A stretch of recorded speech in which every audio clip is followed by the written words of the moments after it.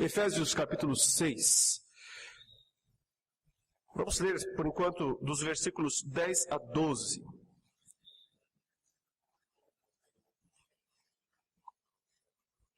Estou iniciando uma série agora de mensagens a partir desta passagem para falar sobre a nossa guerra espiritual. Aquilo que nesta passagem é descrito como a nossa luta, ele diz: quanto ao mais, sede fortalecidos no Senhor e na força do seu poder, revesti-vos de toda a armadura de Deus, para poderdes ficar firmes contra as ciladas do diabo. Porque a nossa luta não é contra o sangue e a carne, e sim contra os principados e potestades, contra os dominadores deste mundo tenebroso, contra as forças espirituais do mal nas regiões celestes. Portanto, nós temos aqui, meus irmãos, a descrição de uma batalha, de uma luta, na verdade. A expressão que o apóstolo Paulo usa aqui no versículo 12, diz: a nossa luta não é contra o sangue e a carne, mas sim contra os principados e potestades. A palavra luta descreve um combate corporal. Uma luta corpo a corpo, um a um, pessoa a pessoa. Mostrando com isso que é de fato uma luta árdua, uma luta contínua, extremamente perigosa e mortal. Por isso, esse é um assunto que não pode ser olvidado, não pode ser deixado de lado, mas ele precisa ser compreendido à luz daquilo que a Escritura nos ensina. Há duas posições que sempre devem ser evitadas quando nós falamos sobre este assunto que diz respeito ao nosso combate espiritual, nossa guerra espiritual, especialmente aos inimigos que nós precisamos enfrentar, que é justamente ou a postura de superestimar a posição, a força do inimigo, ou então a postura oposta, a contrária, que é de subestimar a força, o poder, o desafio que nós precisamos enfrentar dos nossos inimigos espirituais. Eu quero ler com os irmãos duas passagens bíblicas que refletem muito bem essas duas posturas extremas que não devem ser jamais adotadas por nós. A primeira está lá em Apocalipse capítulo 2. Veja comigo Apocalipse capítulo 2, no versículo 24. O apóstolo Paulo está escrevendo, ou melhor, o apóstolo João está escrevendo aos crentes da cidade de Tiatira, fazendo a eles uma dura repreensão, porque no meio deles algumas pessoas estão mergulhadas demais nos aspectos místicos, sobrenaturais, digamos assim, da fé, ao ponto de, como ele vai dizer no versículo 24, aquelas pessoas estarem mais interessadas nas coisas do diabo do que nas coisas de Deus. Ele usa a seguinte declaração no versículo 24: digo todavia a vós outros, os demais de Tiatira, a tantos quantos não têm essa doutrina e não conheceram, como eles dizem, olha essa expressão, as coisas profundas de Satanás. Outra carga não jogarei sobre vós. Então, na igreja de Tiatira, aparentemente aqui, havia um movimento muito forte que buscava compreender as coisas profundas de Satanás. Talvez, então aqui uma postura mística, uma postura que tentava descobrir os mistérios da atuação deste ser, deste inimigo chamado Satanás. Nós não temos como reconstruir exatamente quais eram as pregações ou quais eram as práticas misteriosas que eram realizadas lá na igreja de Tiatira, mas nós já percebemos aqui que o apóstolo João está mostrando que isso não é boa coisa. Ou seja, nós não temos que conhecer as coisas profundas de Satanás. Nós não temos que tentar identificar, nos tornarmos especialistas, digamos assim, em Satanás e nos aspectos relacionados aos espíritos malignos. Nós não podemos ir além daquilo que a Bíblia fala. além daquilo que a Bíblia revela.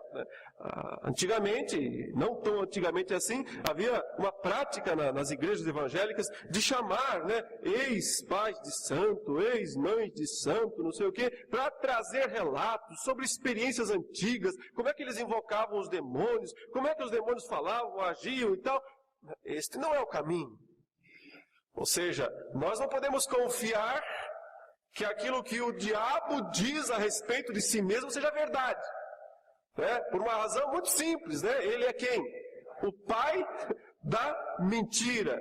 Então, não é fonte confiável querer saber a verdade a partir daquilo que o próprio diabo diz. A nossa posição é estudar aquilo que a Bíblia diz.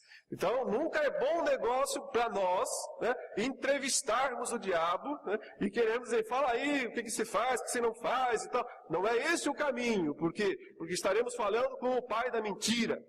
Então, nós temos que analisar o que a Bíblia fala a respeito destes seres malignos espirituais e tão somente isso.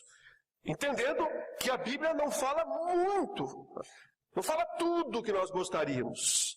Mas ela fala o suficiente, o necessário, e é isso que nós precisamos analisar. Então, quer dizer, a primeira postura equivocada é justamente maximizar, dar importância exagerada, superestimar os inimigos espirituais, o que eles podem fazer, e viver uma vida completamente focada nesta busca, em querer descobrir essas coisas. Isso não é verdadeira espiritualidade, isso não é prática cristã saudável. Mas o outro extremo, muitas vezes também muito praticado, também é extremamente prejudicial à fé cristã, à verdadeira saúde espiritual. E eu quero ilustrar isso lendo outra passagem bíblica que está em 2 Coríntios, capítulo 2, versículo 11. 2 Coríntios, capítulo 2, versículo 11.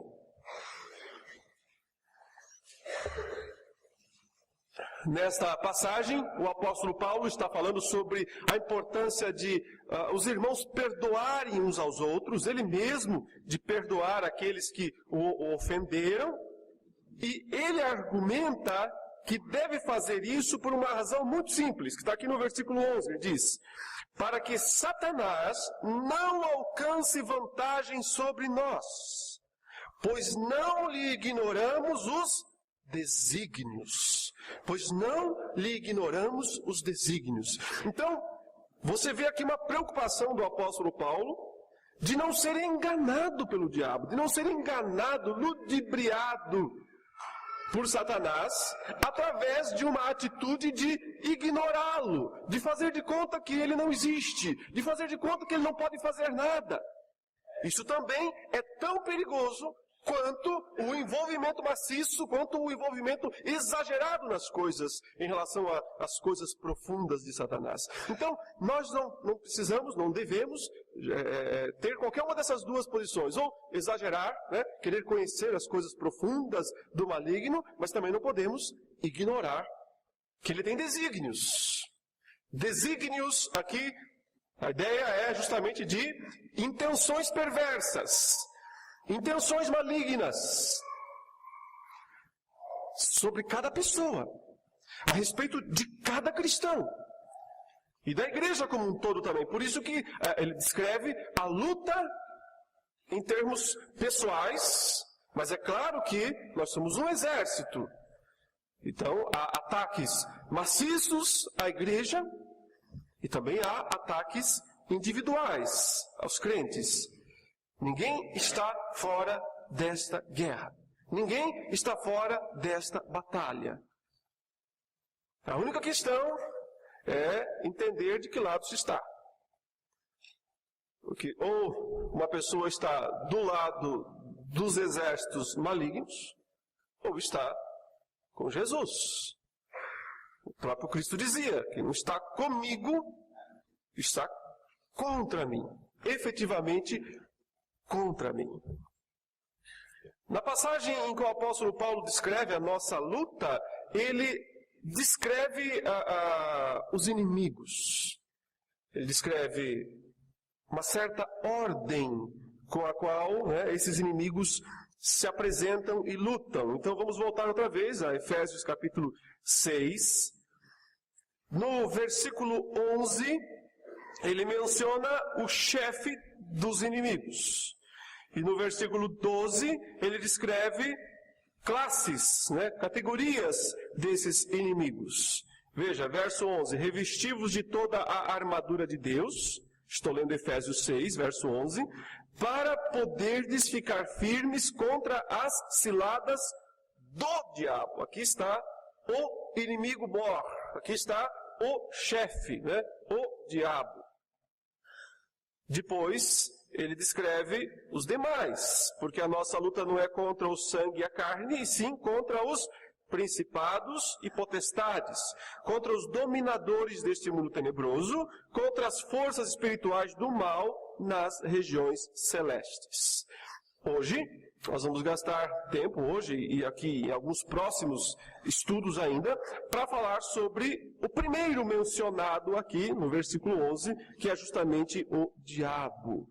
Entender o ensino bíblico a respeito deste ser, de onde ele veio, quem ele é, por que ele fez o que fez, ou faz o que faz, qual é o seu poder, o que ele pode realmente fazer contra o povo de Deus. Então, a minha metodologia vai ser inicialmente abordar no Antigo Testamento, analisar no Antigo Testamento e depois no Novo Testamento. Porque eu entendo que a revelação bíblica é progressiva. Ou seja, Deus não revelou tudo de uma única vez a respeito de si mesmo ou dos inimigos dele em um momento específico, mas ele fez isso progressivamente. Então, há uma revelação que vai perpassando todas as páginas das Escrituras até chegar ao fim. E é só quando nós consideramos, então, toda essa progressividade da revelação, é que nós temos o quadro completo a respeito de todas as doutrinas bíblicas e também a respeito da pessoa aqui, do ser caído, chamado diabo ou Satanás. Portanto, nós vamos seguir esse cronograma analisando ao longo de toda a Escritura.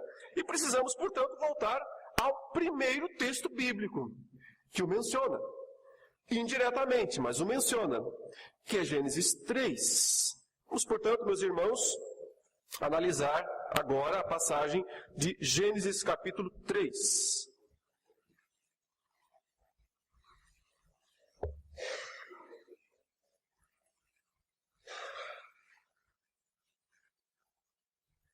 Evidentemente, trata-se de uma das passagens mais conhecidas da igreja cristã em todos os tempos, mas o nosso objetivo hoje aqui não será tanto olhar para aquele aspecto da queda em si, da participação do homem, do pecado, mas sim, justamente, a atuação maligna, como se apresenta e como age aquele que é o chefe, o príncipe do mal, o chefe de todos os demônios, o grande inimigo da igreja, do povo de Deus, o grande inimigo de Deus.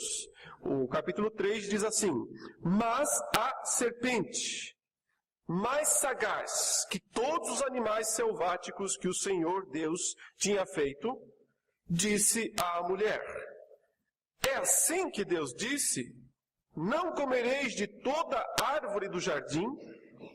Respondeu-lhe a mulher: do fruto das árvores do jardim podemos comer, mas do fruto da árvore que está no meio do jardim, disse Deus, dele não comereis, nem tocareis nele, para que não morrais. Então a serpente disse à mulher: é certo que não morrereis, porque Deus sabe que no dia em que dele comerdes, se vos abrirão os olhos, e como Deus, sereis conhecedores do bem e do mal. Então, inicialmente até aqui, essa é a primeira aparição de Satanás na Bíblia, na história humana, digamos assim. Porque nós sabemos que trata-se aqui de Satanás e não apenas de uma mera serpente, de uma mera cobra que talvez falasse e andasse em pé, como geralmente se imagina e se desenha em algumas ilustrações antigas. Porque nós temos o Novo Testamento confirmando, apontando explicitamente para essa serpente como sendo Satanás. Isso está lá em Apocalipse 12, 9, capítulo 12, versículo 9, quando ele diz: foi expulso do céu a antiga serpente, que se chama Diabo e Satanás. Foi atirado da terra, os seus anjos, enfim. Então, há uma identificação precisa, explícita da Escritura com esse personagem, essa figura aqui de Gênesis 3, como sendo a serpente, e Satanás. O que, então, deve nos levar a pensar que essa serpente de Gênesis 3 é isso mesmo, uma figura representativa deste ser maligno, esse ser espiritual perverso, que é, então, denominado posteriormente como Satanás. Aqui ainda não tem esse nome. Deus não o chama por esse título. Na verdade, Satanás, diabo, são títulos, não são nomes, tecnicamente falando. São termos até um pouco assustadores, que as pessoas não gostam de usar, e também não tem nenhuma vantagem em usar quando não é necessário, né? Mas o significado deles até que não é tão assustador, né? Porque Satanás quer dizer adversário, opositor, adversário, aquele que se opõe, aquele que enfrenta, né? Essa é a ideia de adversário, Satanás. E diabo, porque Satanás é um termo hebraico. Diabo é um termo grego, ele significa acusador, aquele que acusa, aquele que fala mal dos outros. Esse é o sentido, aquele que aponta os pecados dos outros. Esse é o significado da palavra diabo, né? Diabolos. Por isso, às vezes, bem que dava para chamar alguns irmãos com esse título, mas não faça isso, porque não é uma atitude cristã, né? Até porque talvez você esteja sendo isso ao falar isso, né? O acusador, aquele que aponta os defeitos, aquele que acusa diante de Deus os pecados dos irmãos. Portanto, aqui nós temos a primeira aparição bíblica deste ser maligno, perverso, e ele, então, se utiliza dessa figura da serpente. Agora veja os termos discretos que são empregados a ele inicialmente, no versículo 1. Mas a serpente mais sagaz. Esse é o único título aqui, o único adjetivo, né? A única descrição que a Bíblia dá, sagaz. Mais sagaz que todos os animais selváticos que o Senhor Deus tinha feito. Então, ele se apresenta aqui como a criatura mais sagaz. Sagaz quer dizer o quê? Dá a ideia do quê? Dá a ideia de alguém muito inteligente, por um lado. Extremamente perspicaz. Alguém atento aos detalhes. Alguém que consegue fazer uma leitura completa, digamos assim, da realidade, porém, vai utilizar isso para benefício próprio. Vai utilizar isso para tentar enganar as outras pessoas, enganar os outros. É exatamente o que Satanás vai fazer aqui em relação a Eva e em relação a o seu marido, Adão. Então, observe que nesta primeira aparição bíblica de Satanás, ele ainda não assumiu o que ele já era. Ele tem uma aparição discreta. Ele ainda não é aquele dragão furioso que o Apocalipse 12 vai descrever. Mas ele ainda é um ser que age com discrição, que age com tato, digamos assim, porém com intenções perversas, com intenções claramente destruidoras. Observe então o agir calmo, equilibrado, levando aos poucos a mulher a duvidar de Deus. Observe a pergunta que ele faz. Disse à mulher, no versículo 1, é assim que Deus disse, não comereis de toda árvore do jardim? Veja, ele não chega de cara contrariando Deus, acusando Deus de alguma coisa.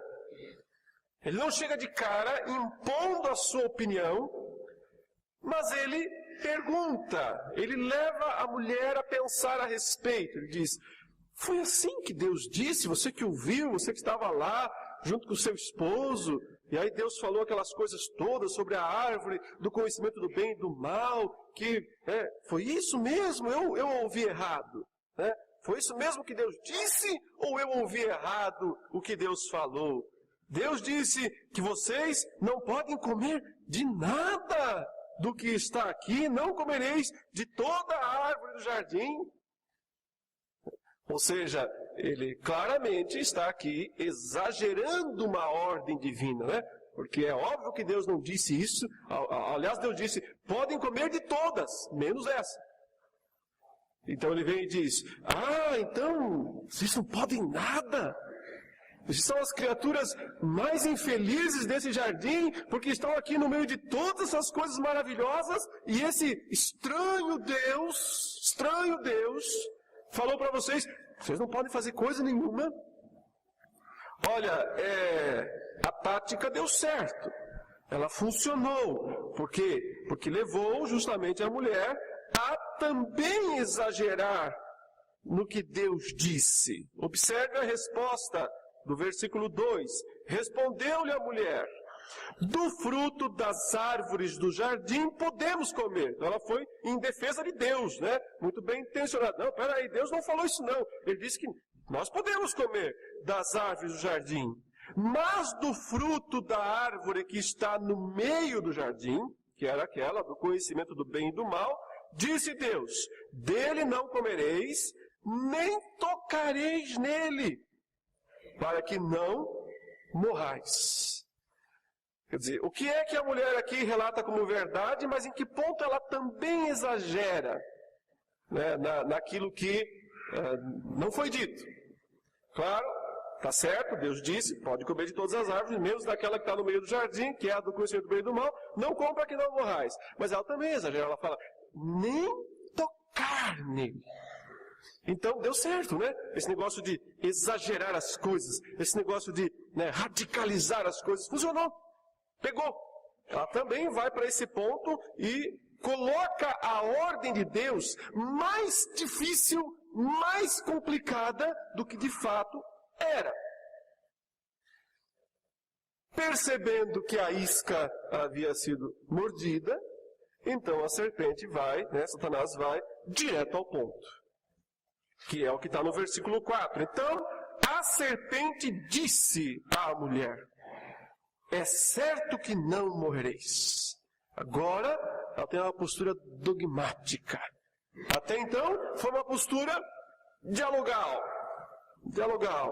O que você acha? É assim mesmo? Mas se fosse assim, quando percebe que consegue ter também a mulher mais do seu lado, então chega de diálogo, vamos para a decisão, para o dogmaticismo, é certo que não morrereis. Porque Deus sabe, continua a serpente, que no dia em que dele comerdes, se vos abrirão os olhos, e como Deus sereis conhecedores do bem e do mal. Então, aquilo que Satanás havia sugerido à mulher na primeira declaração, agora ele confirma na última. Ele diz na primeira declaração, esse Deus é estranho, não é não? Colocou vocês aqui no meio desse jardim belíssimo, maravilhoso, com todas essas coisas boas, e não deixa vocês fazer nada? Então, é um Deus esquisito, um Deus que está querendo privar vocês de algo bom para vocês. Como a mulher reagiu exageradamente, falou, não é bem assim não, pode sim, mas não posso nem tocar naquela árvore. Ele disse, então você chegou ao ponto, é isso mesmo, vocês não vão morrer. Deus mentiu para vocês, porque Deus está escondendo algo muito bom que vocês poderiam desfrutar. Vocês poderiam ser igual Ele, igual como Ele é, conhecedores do bem e do mal.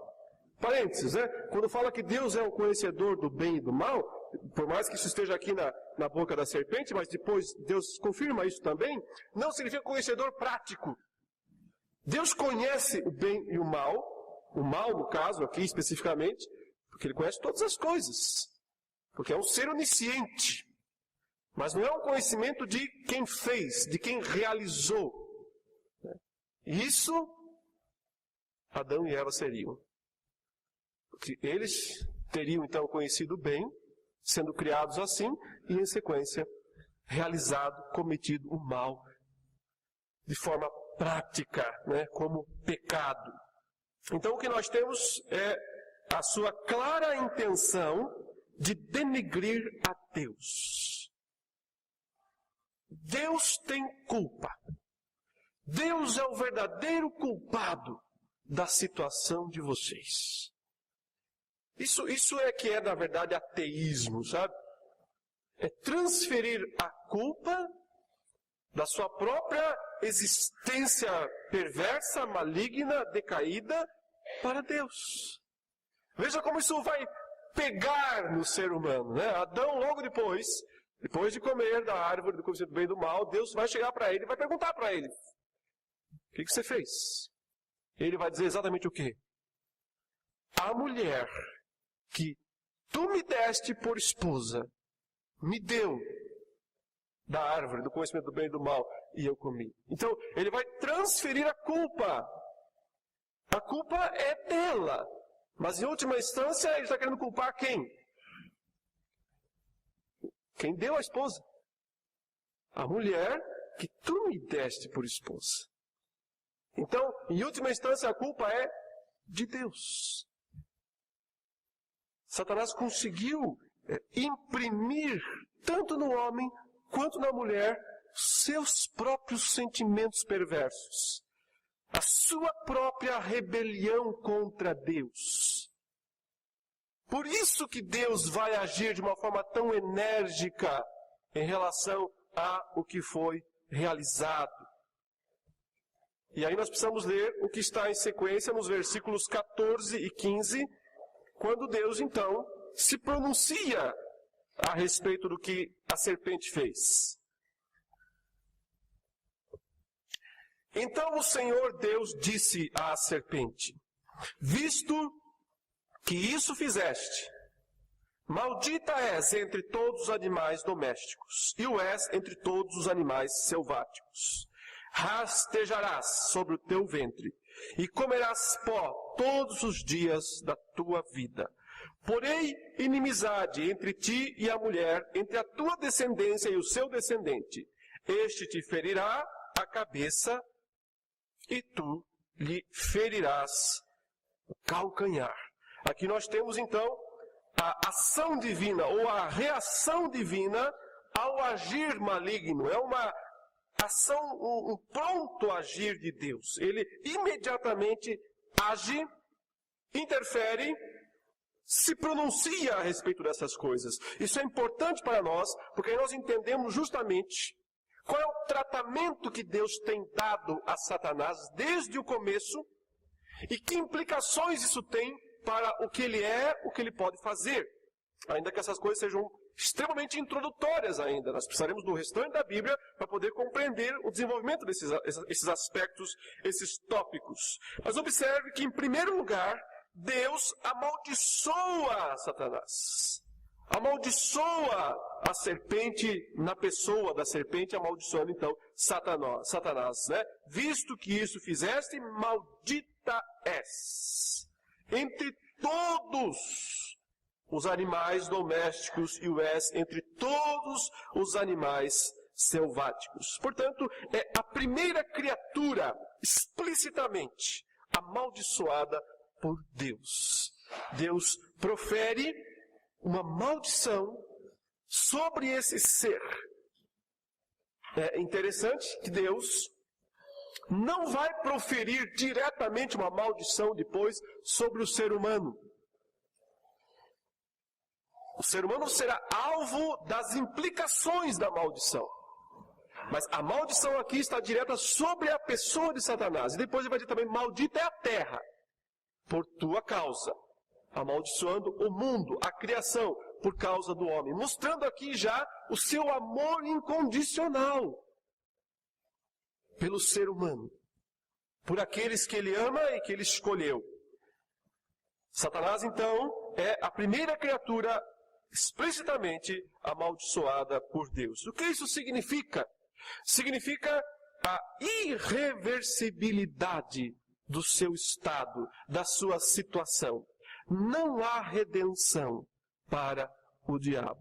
Não há possibilidade de que ele seja realocado ao seu lugar anterior de um ser com moralidade perfeita.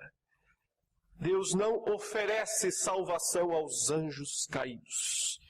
A salvação é dada apenas ao povo, aos homens, a igreja, né, que recebe esse grande benefício.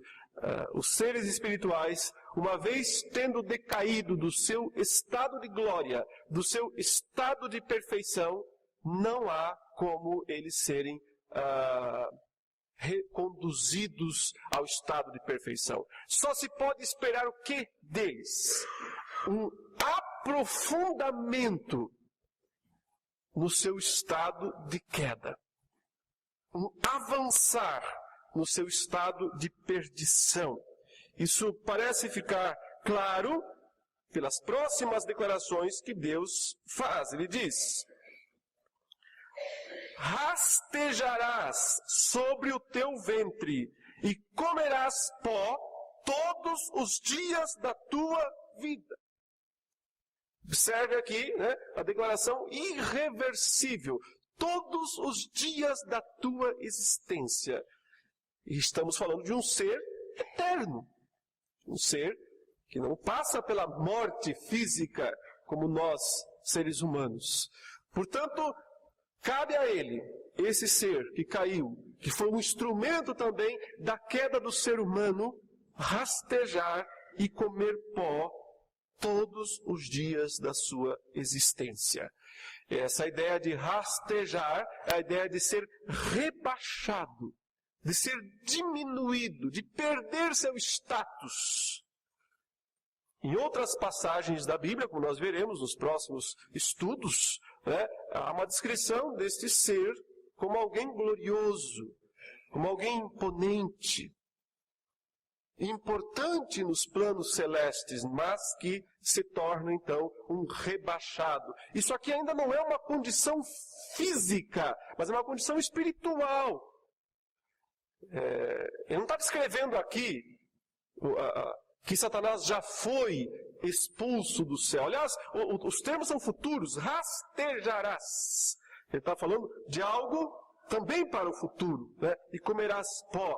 Então, uma continuidade disso ao longo de toda a história. Há um momento na história em que Satanás cai espacialmente, digamos assim, cai do céu. Mas ainda não é esse aqui o momento. Aqui ele cai moralmente falando. Ele cai da sua posição como alguém bom, como alguém respeitável nos céus e passa a ser alguém irreconhecível sob todos esses aspectos. Mas então vem a parte maior, né? O momento máximo aí em que Deus mostra o seu tratamento, como ele trata deste ser, dessa criatura. Versículo 15. Porém, inimizade entre ti. Está falando com Satanás, com a serpente. Porém, inimizade entre ti e a mulher, Eva. Entre a tua descendência, você, Satanás, e a sua descendência, e o descendente dela, o seu descendente. E aí, essa relação de dupla morte. Este te ferirá a cabeça, o descendente da mulher, e tu, Satanás, serpente, lhe ferirás o calcanhar. Então, inicialmente observe aqui o estabelecimento de uma inimizade. Porém, inimizade. Basicamente isso que Paulo está falando aos Efésios. A nossa luta não é contra o sangue, a carne, mas contra os principados, as potestades. Essa inimizade, essa luta, foi o próprio Deus quem estabeleceu. Se origina no próprio Deus. E, em primeiro lugar, deve ser dito aqui, né, até meio paradoxalmente, que isso foi uma ótima coisa. Isso foi uma excelente coisa que Deus estabeleceu. Por mais que essa luta, essa inimizade seja algo difícil, sangrento, né, violento, mas pior seria se Deus dissesse: vocês vão ser amigos. Vocês vão se relacionar perfeitamente. Porque isso significaria o quê? Que Deus estaria entregando os seres humanos, entregando, né, a mulher e os seus descendentes aos braços de Satanás, para que ele fizesse o que quisesse. Mas quando Deus coloca inimizade, ele diz: essa luta vai ser perene, perpétua, terrível, mas ela terá um fim. E o fim aqui é descrito como o momento máximo entre um descendente da mulher e o próprio Satanás, em que há uma dupla morte. Ele diz: quando o descendente da mulher ferir a sua cabeça, e quando você ferir o calcanhar dele, né? Nós sabemos que isso aqui é reconhecido como o primeiro evangelho, né? Os teólogos chamam o proto-evangelho, o primeiro momento em que o evangelho foi anunciado, ainda através de figuras, ainda de uma forma bastante simbólica, né? Mas com o restante da Bíblia nós conseguimos entender a passagem. É uma descrição da cruz, é uma descrição da crucificação. Quando então Satanás, de fato, picou o calcanhar do Filho de Deus. Porque a picada de uma serpente é letal. Não importa onde.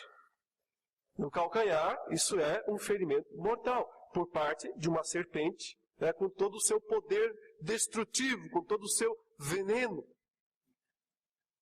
O que Satanás faz, de fato, é matar Jesus, se utilizando dos instrumentos humanos, de Judas Iscariotes, que foi lá, o vendeu, o traiu, se utilizando dos falsos religiosos, que testemunham falso, que acusam Jesus de crimes, de pecados que ele não fez, se utilizando da máquina romana de execução, do julgamento, de Pilatos que lava as mãos, utilizando de todos os aspectos relacionados àquele julgamento e morte de Jesus.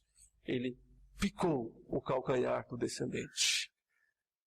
Mas como Satanás não é, nem nunca foi, nem nunca será onisciente, porque isso só Deus é, ele não podia ver, ele não conseguiria saber que isso simultaneamente significaria a sua própria morte. Então, quando ele pica o calcanhar do descendente, ele não consegue entender, não consegue ver, só vai perceber depois, pelos resultados, pelos efeitos, que a sua cabeça também foi esmagada. Como Deus havia dito desde o início, na sua soberania e nos seus planos perfeitos e imutáveis. Em que sentido a cabeça é esmagada? Em que sentido há essa morte de Satanás na cruz? É claro que não se trata de uma morte física, porque nós nem temos aqui um ser físico para morrer. Mas se trata de o cumprimento desta promessa divina de que ele seria rebaixado, de que ele rastejaria, de que ele comeria pó. Esse é o cumprimento máximo dessa promessa, dessa profecia, quando Deus quebrou o grande poder do maligno, que era o poder de acusar, de acusação. Como nós veremos mais para frente em outros momentos. O que podemos concluir até agora dessas considerações? Nós já sabemos muitas coisas a respeito desse grande inimigo do povo de Deus. Seu modo de agir, né? Ele não é, muitas vezes, esse ser enfurecido, né? Que diz um grande monstro, uma criatura feia, perversa, mas nós vemos aqui sagacidade, nós vemos aqui até uma certa gentileza em algum momento, nós vemos aqui argumentos, uma maneira de ir convencendo aos poucos as pessoas para fazerem aquilo que ele quer. Vemos também, né, uma postura dogmática quando ele está com a faca e o queijo na mão, digamos assim, uma postura dogmática de impor sua vontade, de impor sua palavra, de se opor a Deus. E aí nós percebemos qual é o seu grande objetivo. O grande objetivo dele é atingir Deus. Esse é seu grande objetivo. E ele tenta fazer isso através dos homens. Por quê? Porque ele próprio não pode atingir Deus diretamente. Mas se ele puder levar os homens, os seres humanos que Deus tanto ama, que Deus criou para a sua glória, a se rebelarem, a blasfemarem, essa é a sua grande vitória. Esse é seu grande intento. É por isso também que ele usa os instrumentos humanos para crucificar Jesus. Ele é o Filho de Deus. Então vamos mostrar, né? Vou levar o ser humano a mostrar para Deus o que ele pensa em Deus. Pendura numa cruz. Crucificam. É sempre sua intenção desde o início essa. É ser ofensivo a Deus através dos homens. Através dos seres humanos. Ele conseguiu muito sucesso com isso, mas ao mesmo tempo também sua maior derrota. Onde ele mesmo se enganou, né? Se deixou enganar por suas próprias cobiças. O que mais nós aprendemos a respeito de Satanás, do que ele é, do que ele pode fazer, aprendemos que Deus é maior do que ele. Claro, incomparável. Tão grande, tão incomparável, que esse Deus pode usar esse ser maligno, perverso, para cumprir planos gloriosos, maiores, como trazer Jesus ao mundo, como consumar a redenção através do sangue lá na cruz. Então, mesmo não querendo ser, ele é um instrumento de Deus.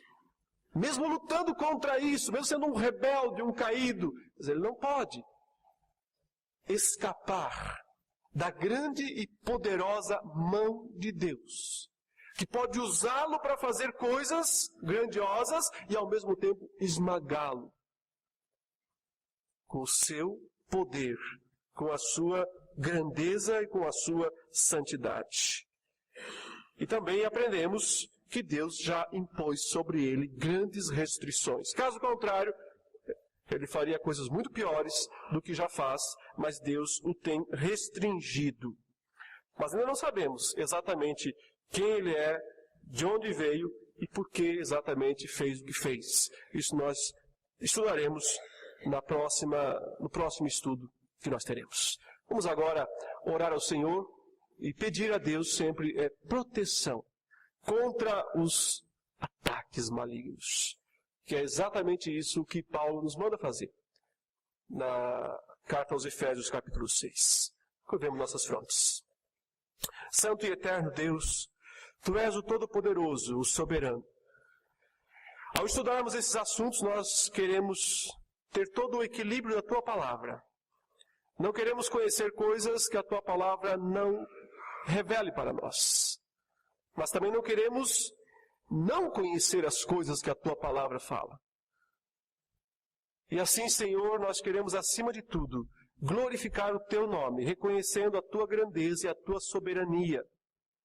E nisso também confiamos que temos a Tua proteção, o livramento das mãos ardilosas, dos ataques perversos, das intenções malignas que são direcionadas contra nós. Mas que por causa da cruz de Jesus e por causa da vitória da ressurreição, nós desfrutamos a segurança eterna da nossa salvação. E é nela que nós nos amparamos e confiamos. E aproveitamos também para Te bendizer e para Te louvar por tudo isso.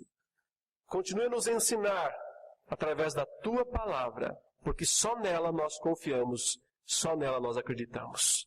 Em nome do Senhor Jesus. Amém, senhores.